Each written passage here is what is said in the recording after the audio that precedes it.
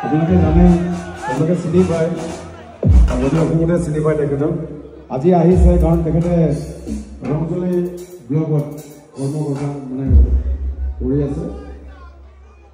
গতিকে তেখেতক এবাৰ আহিছে এতিয়া আপোনাৰ মাতি দিছোঁ মঞ্চলৈ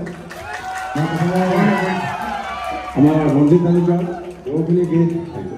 অসমক উপহাৰ দিছে তাৰ ভিতৰত বহুখিনি গীতে মই গাইছোঁ আৰু প্ৰায় গীতৰ মিউজিক আমাৰ শুভই কৰিছে গতিকে ভাল পাব কাৰণ এতিয়া ছাৰ ৰংজলিতে ব্লগত গতিকে মই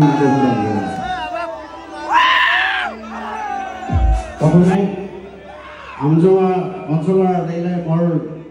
শুভেচ্ছা জনাইছোঁ অসমীয়া নতুন বৰ্ষৰ এই যোৱাৰ সময়ত মই আটাইলৈ সুখ সমৃদ্ধি কামনা কৰিছোঁ আপোনালোকে মৰমৰ ভৱেশ্বৰ গান চাবলৈ আহিছে মই আৰু কিবা কৈ আপোনালোকক অশান্তি নকৰোঁ তথাপিতো অসমীয়া সংস্কৃতি আপোনালোকে জানে অসমীয়া সংস্কৃতি সংমিশ্ৰিত সংস্কৃতি বড়ো কছাৰী মিশ্মিখান্তে কায়স্থ কলিতা হোমৰ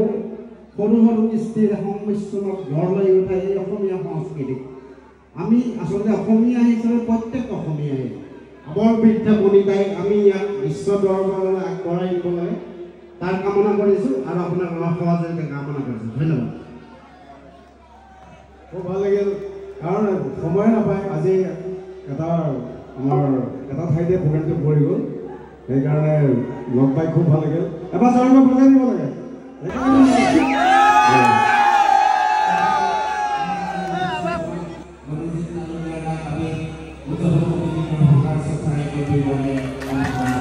Thank you.